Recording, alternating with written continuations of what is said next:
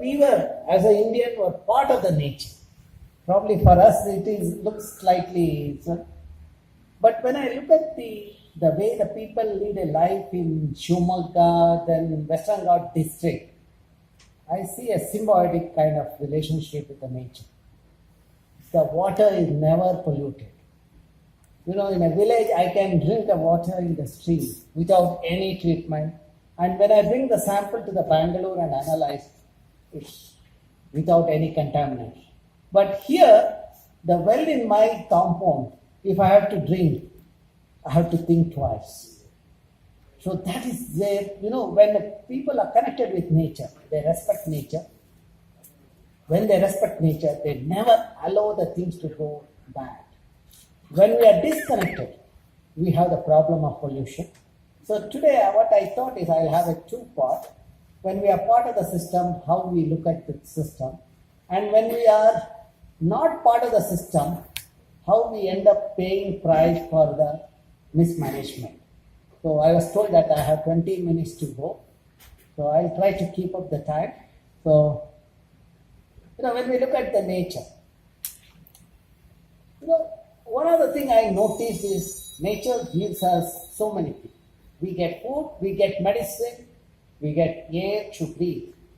And if you quantify that, if you do the valuation of the goods and services get from the nature, you will be surprised the way that the nature gives us everything. In a district where I work, Uttar Kannada district, there's 10,000 square kilometer area, 70% is a forest. And when I quantify the tangible benefit, what we get from the forest in the form of timber, firewood, etc., it works out to be 9,800 crores per year. This is a recurring money what we get. But if I look at the GDP, that's why sometimes when I write an article, I ask, what is this GDP? I am unable to make out that. GDP of a district, if you look at a DC's office document, it says 5,600 crores per year. In that they say that show the forest sector and the contribution is 180 crores.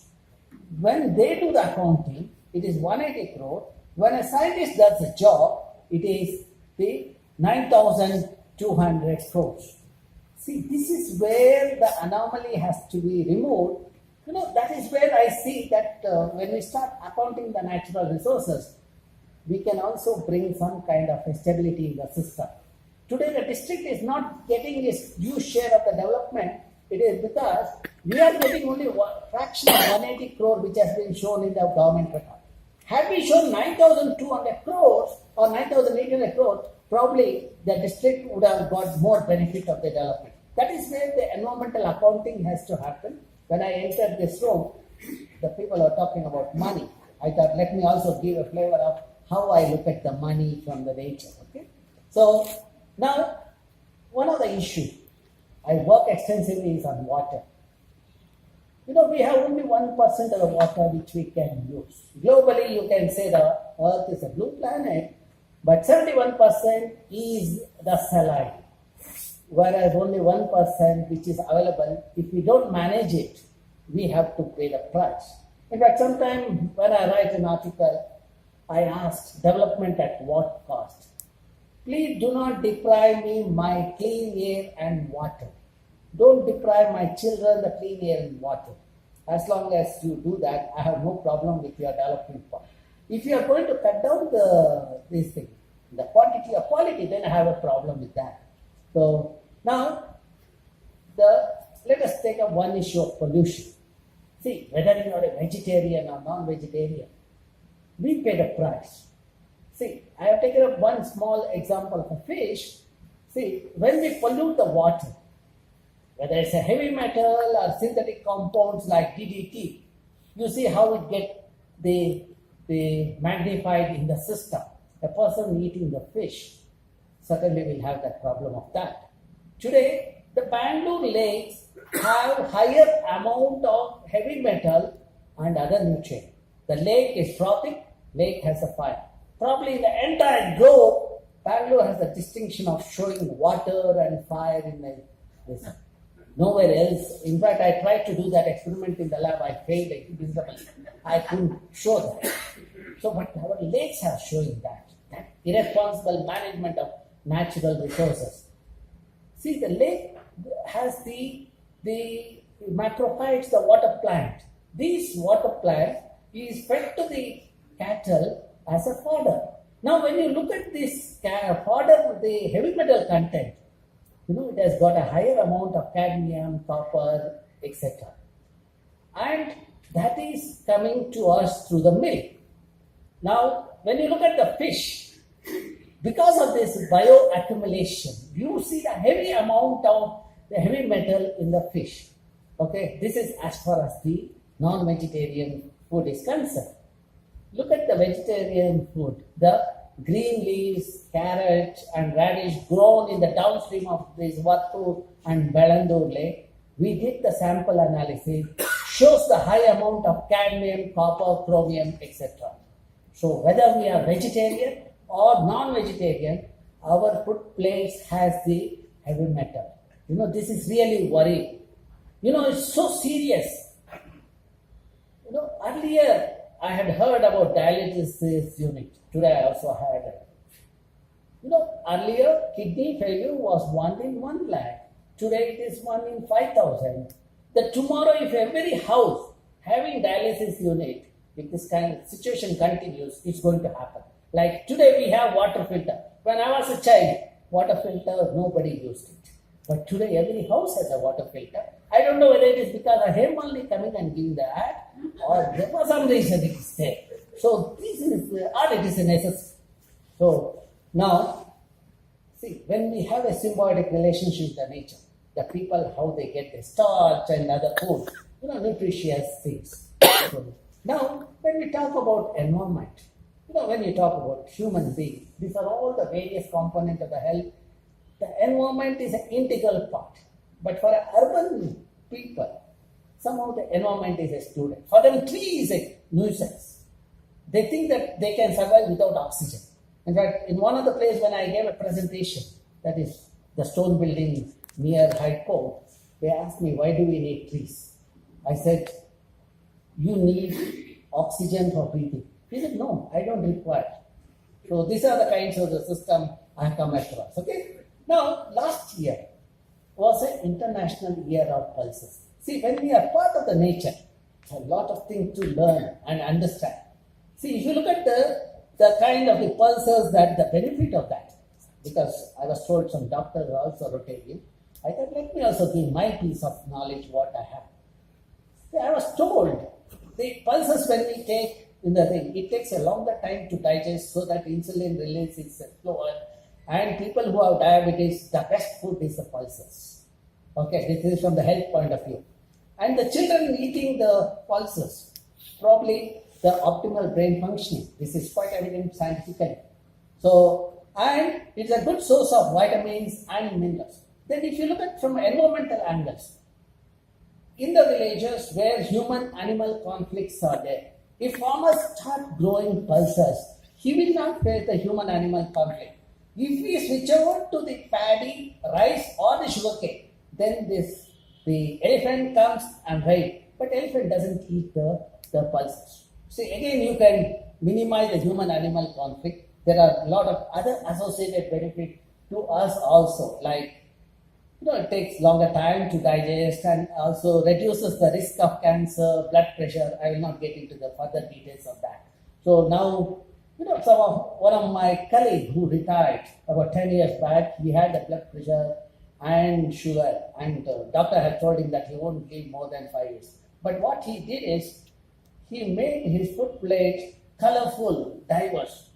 In the night, he takes 5 varieties of vegetable and 5 varieties of fruit with a bowl of pulses, and he looks younger than all of us. So that's the diversity of food, diversity of life makes us more healthy. So that is where, if you look at our nature, that we have about 84 lakhs species of plants and animals. And that means we have that many, the food item, the diverse food, and that the medicinal values associated with that. Now let's look at the water footprint of this various food. See, pulses, it is 43 gallons per pound. whereas the beef is 1857. So one can choose. If you want to conserve the food, what is the appropriate the diet you can have, then you can choose that. Okay. Now, of course, we are facing the crisis of the environment, the pollution.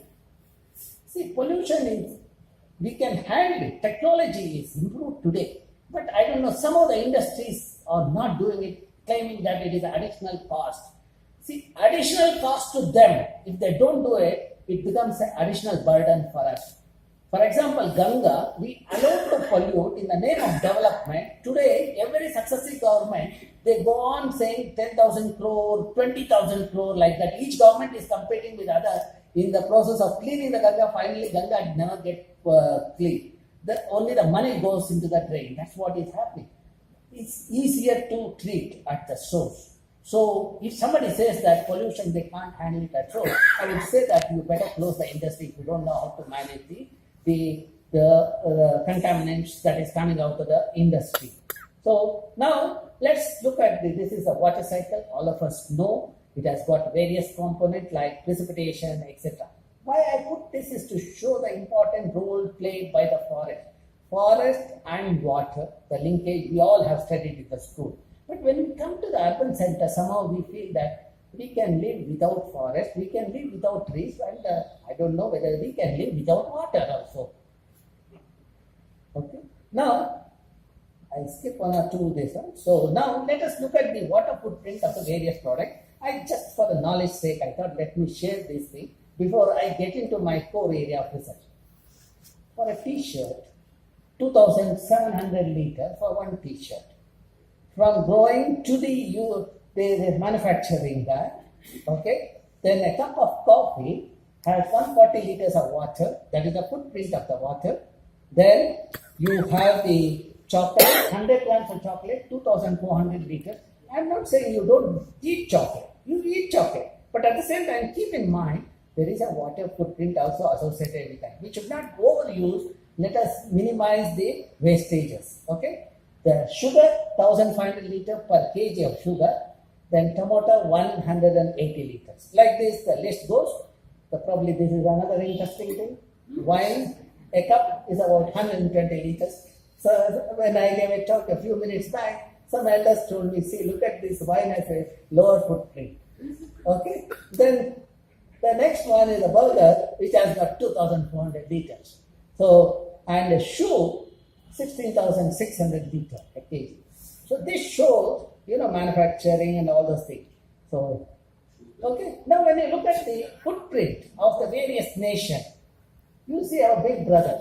The footprint is so large, ecological footprint. That means the damage to the nation, the globe is so high to the thing. Now that nation is threatening us moving out of the COP, Paris Accord and all. They want to do the more harm to the system.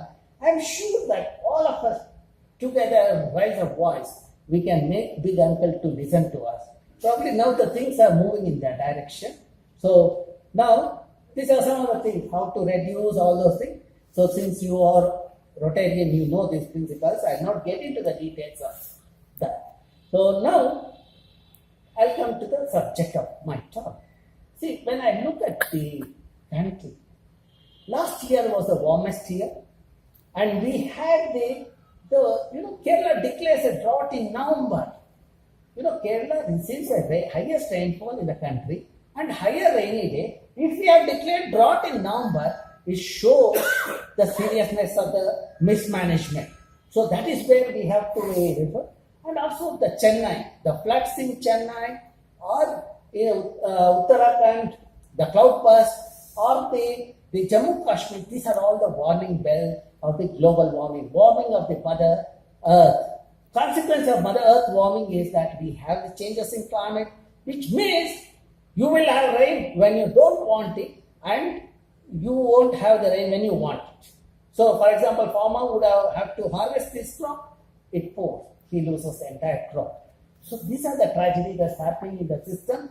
And last year, 278 districts in the country were on drought. So, that's where my article, when I wrote, I said, development at what cost? In the name of development, you know that the landscape is being transformed into the concrete jungles. So now this is the region I work. Most of the time I spend in that place. Whenever I get agitated with Bangalore, I just go to that place. I enjoy that environment, the clean air and water, and a good human being. In fact, during my PhD, I didn't even go to the hotel. My food was taken by the local people. We were moving around in the stream, monitoring the stream, etc. That's the kind of the people we have in Western Ghats. So Western Ghats is from Kerala to Gujarat. If you look at the spatial extent of Western Ghats, it constitutes only 2.5% of the entire India. Can't we keep 2.5% for the next generation? Now, because of the 2.5% area of undulating terrain, we have 43 plus rivers origin. Because of those rivers, which are perennial, we have water security. And because of the water security, we have food security. And if we disturb that, then we are going to pay the price. That's already started happening. In Kerala, people have converted the forest of native plants into rubber plantation. It has become suicidal. See, that is where the water crisis has started. Our study shows wherever the landscape has a native plant, the streams have the water all 12 months. Wherever people are converted into monoculture plantation, it is 6 to 8 months they get a water in the stream. Wherever they have done the deforestation, barren area, it has become only 4 months. So this itself is sufficient to tell how we should manage the landscape if we are thinking about sustenance of water or water sustainability. So now let us see the other aspects of Western Ghats. You see the Western Ghats is from 8 degree to 22 degree. Number of species in this region, 8 to 15 degrees is higher than any other part of the globe. If I don't conserve this patch of the ecosystem, where will I get the diversity of plants and animals? The diversity of plant and animal gives me the diverse food and diverse medicine. That's what I should be conserving, so that we have diverse medicine for all kinds of fancy diseases that is cropping up in the system. And also this gives the linkage between the evapotranspiration to the vertebrate species. That shows that if vertebrate species has to survive on the earth, they need to have the plants, because plant transpire, and water body which does the evaporation of the water. So these are my areas of research. I will not get into the details of that. I will move to the Bangalore. From Western Ghats, I will come to the Bangalore. The city, which was a garden city. If I look at the historical records, in 1800, current Bangalore area of 741 square kilometer, I had 1452 water bodies. Today I have 193 water bodies. 98% of the water bodies are encroached, and 92% are fed with sewage, untreated sewage getting into the water body. And if you look at the temperature of the Bangalore city in 1800, the temperature was in the May month, the peak summer, 14 to 16 degrees Celsius.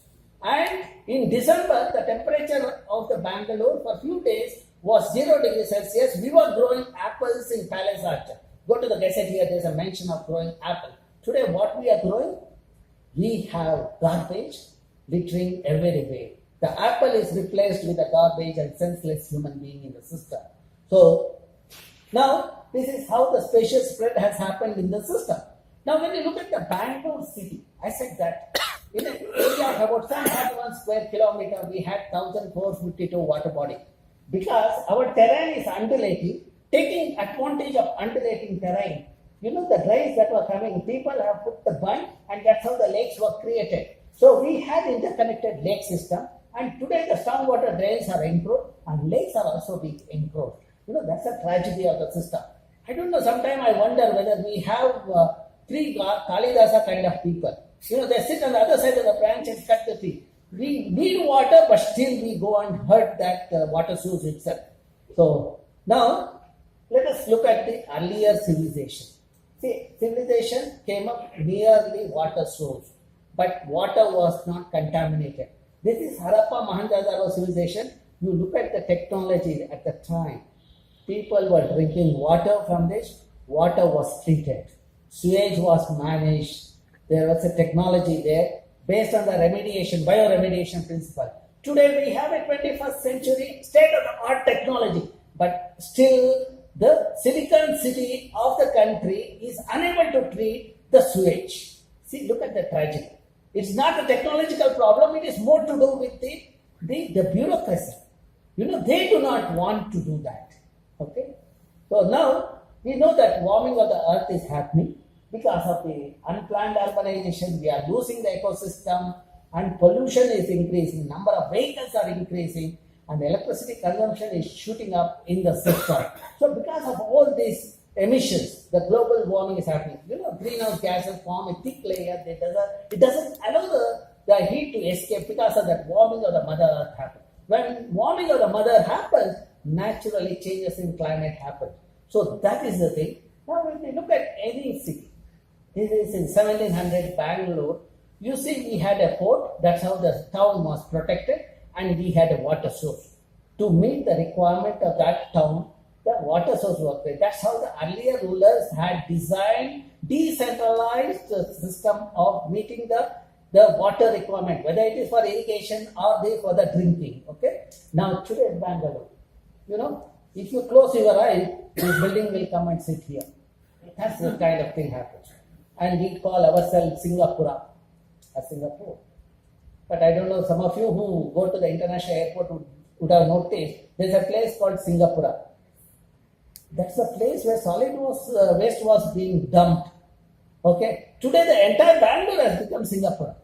When people said we'll make Bangalore as Singapore, I thought, okay, technological interventions will happen. So, but what has happened? It has not become Singapore. It has become Singapore, the land of garbage. Okay. Now, this is how the growth has happened. Again, using remote sensing data, I can capture, analyze what is change happening in the system. These are the satellite pictures taken at 21 days interval, and from 70s is available. See, the 68% landscape was green with the vegetation, blue is water body, yellow is open space, red is the building. From 1973 to today, 2016, you see 76% is concretized today.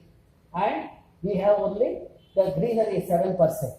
And based on this growth, we simulated what is the likely growth in 2020. It shows 93% of our landscape will be the building. But anyway, this is not acceptable because we need the sufficient oxygen and water will be deprived of that. That is where I wrote an article saying Bangalore is becoming unlivable. Bangalore is becoming a tech city. Please do something. But we gave a suggestion also what is to be done, like policy measure, like decongest Bangalore, disperse the growth, shift some of the installation to other districts, improve the infrastructure in other districts. These are some of the suggestions we gave to the administrator.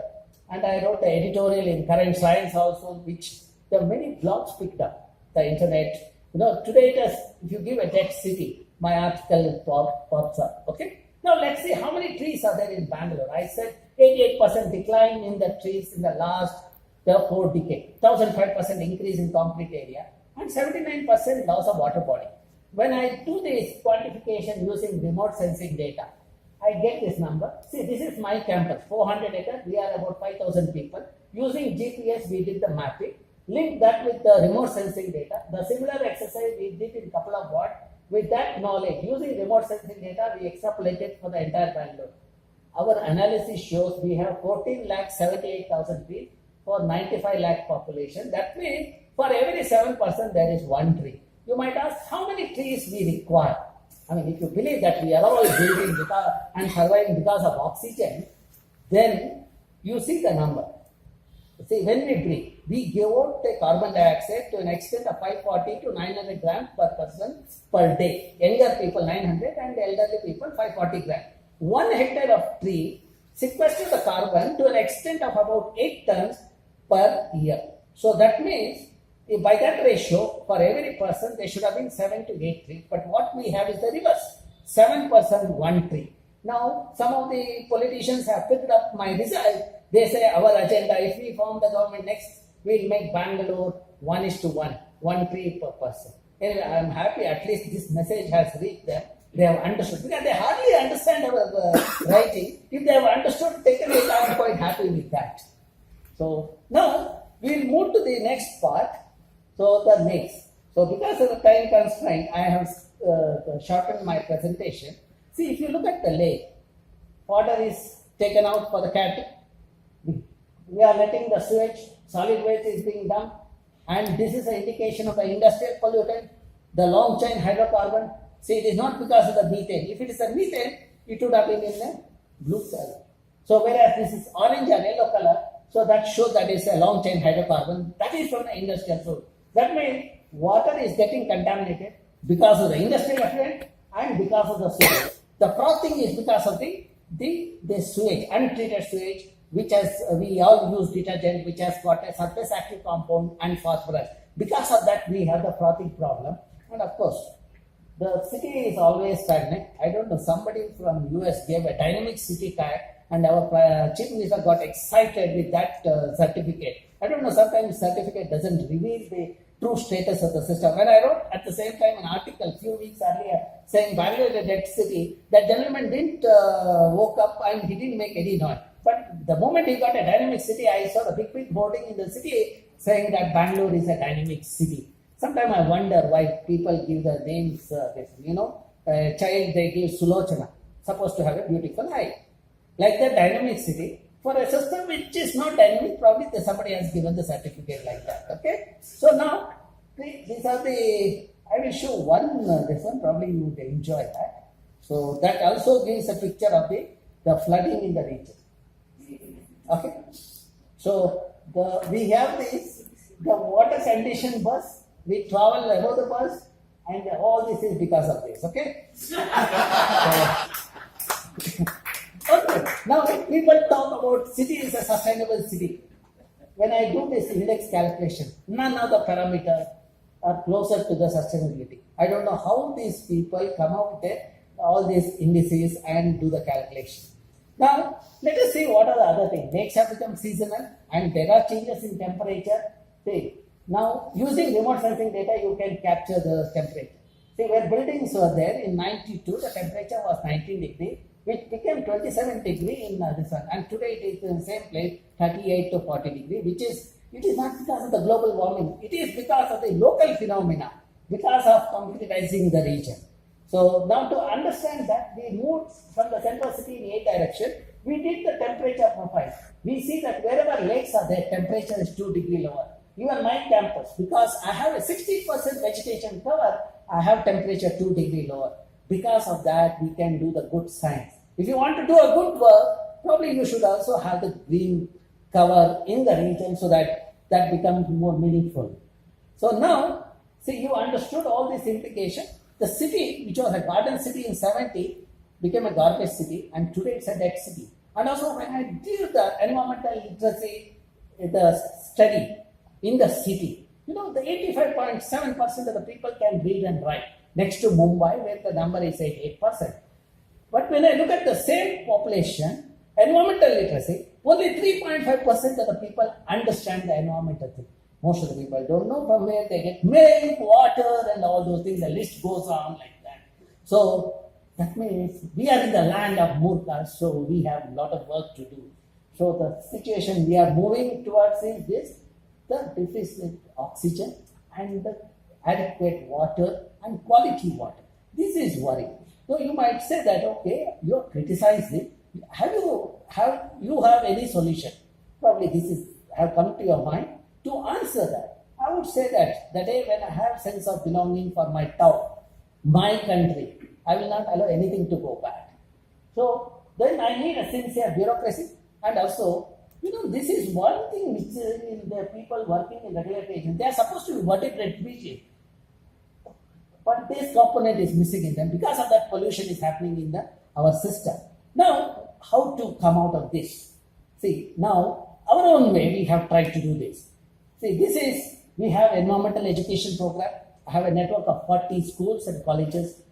We regularly conduct the orientation program, train the kids, and then those kids come and do the presentation in our conferences. Biennial conference, which we organize once in 2 years. From 98, we have been doing. The 10th event we conducted in Mudbidre in 2016, December. Then possible create new lake, plant native sapling. See, what we have done, as far as this is concerned, this is the lake in my campus. In 98, I gave a proposal, 98, 99. when the campus celebrated 100 years, I made sure that campus has a water body. So then that has become an experimental lab for my students who work on biofuel, etc. Now, see, you would be surprised. I have this, I will take 2-3 minutes. Sir. No problem. Now, this is the otter. It's unusual in Bangalore. I don't know from where it has come. So that also gives that there is a complete ecosystem in place. Now, when I look at that ecosystem, see, this gives a glimpse of this. This is the water body from 2008, different year.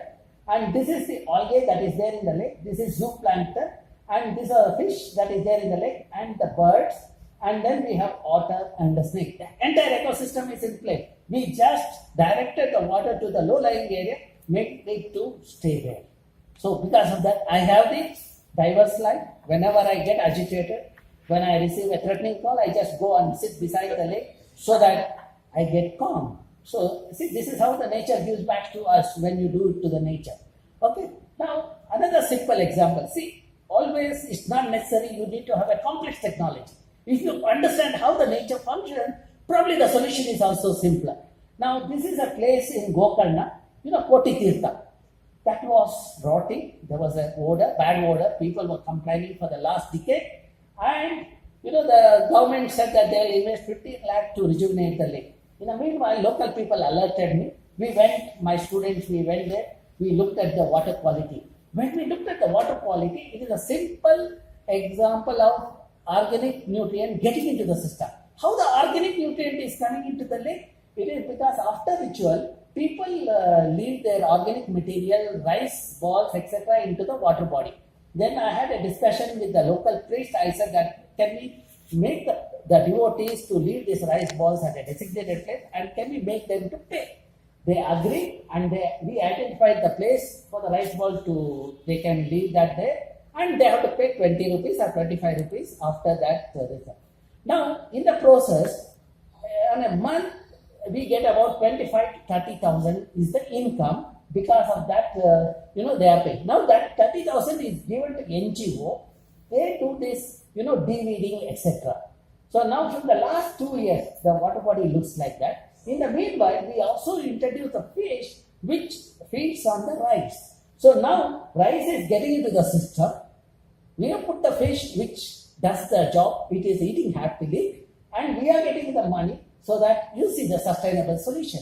So this is a simple thing. It costed us only 15,000.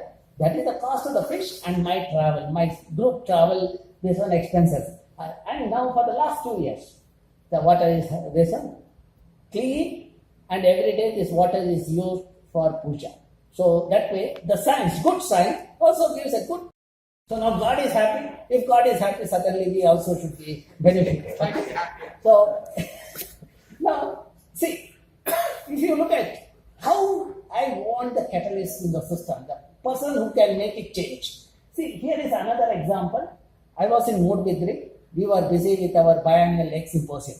This gentleman came to know that I am around. He said, I would like to listen to you. I have seen your talk in the YouTube. I would like to listen to you in person. I went and spent about half an hour. Then he said, I have 12 acres of land. I said, okay, we will see the 12 acres of land. Myself, my student went to the place.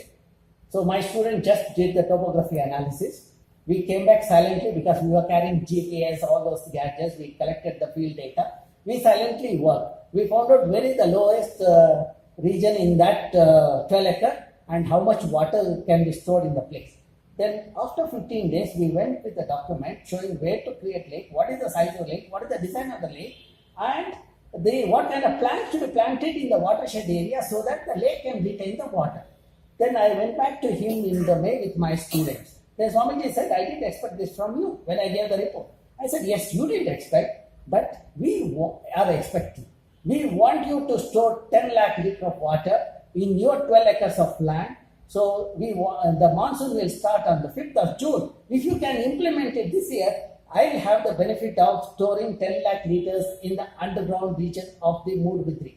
Believe it or not, in 10 days, with the help of all of us engineering students, he creates the water body and also takes up the see, if there is a will, there is a way. This is what the Swamiji, if all the spiritual leaders start doing like this, I can see that entire country has enough water. We should be doing that.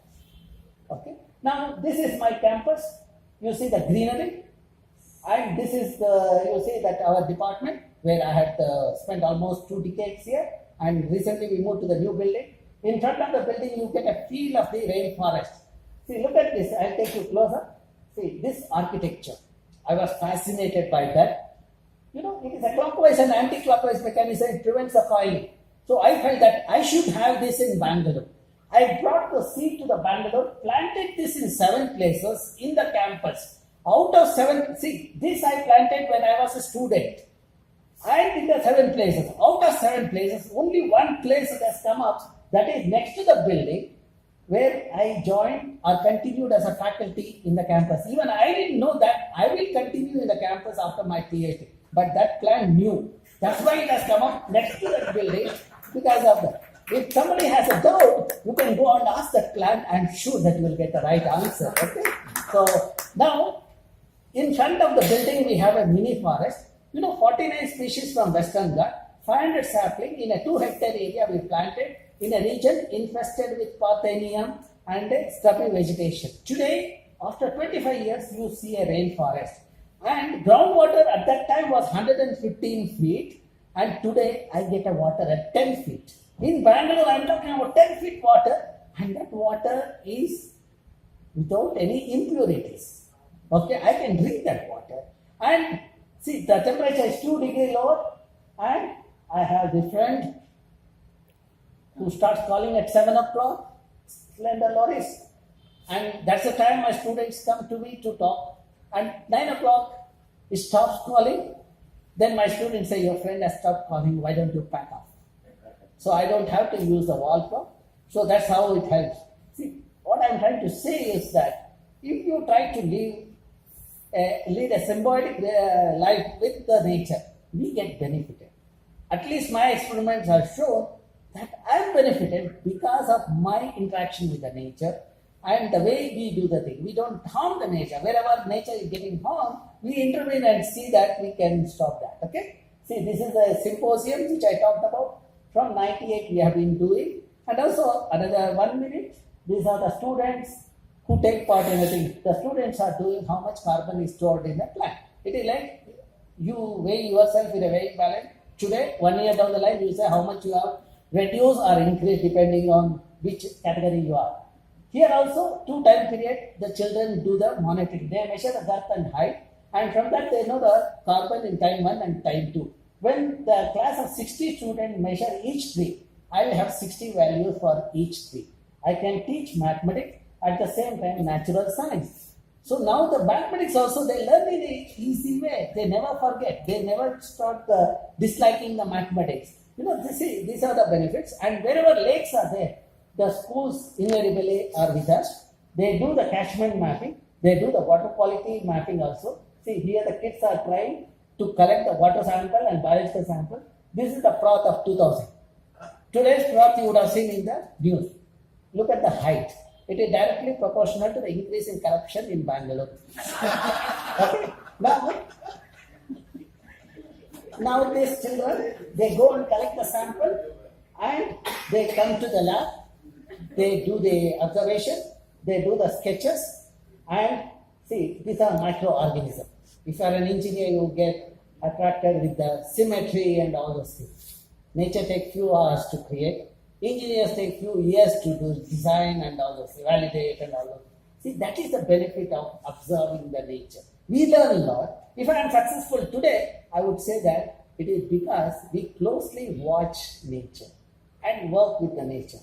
So now, some of the other species, and this is the children program in Western Ghat, where the child has to map the biodiversity in their respective village. If you are from a particular village, your village biodiversity is documented. See, as per the government of India, every village should have the biodiversity register. Government didn't succeed. When we deployed the student power in Uttar Kannada, in 1 year I got 300 villages data. And when we did the validation, I got 175 villages. The beauty of that is, I got a village where 12 varieties of brinjal were there. In one taluk, I got 54 varieties of rice, known for fragrance and all. If you ask Indians, They think only of Basmati. You come to my district, you will see all kinds of fragrances there. And you will not feel like coming to Bangalore and eat this stupid food in the hotel or at home. So that's the thing. So now the children are trained.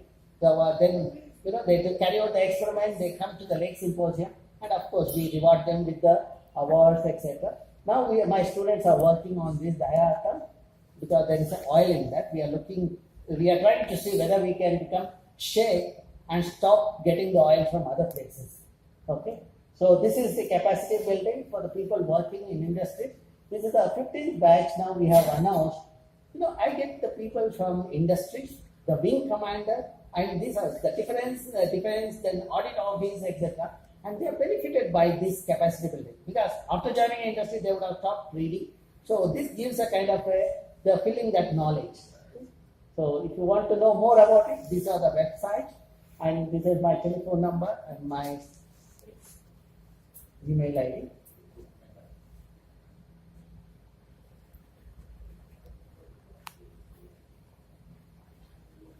Okay, so now this is a web page. Yeah, I'm through with it. Okay, this gives the web page all the details of publication. Thank you very much.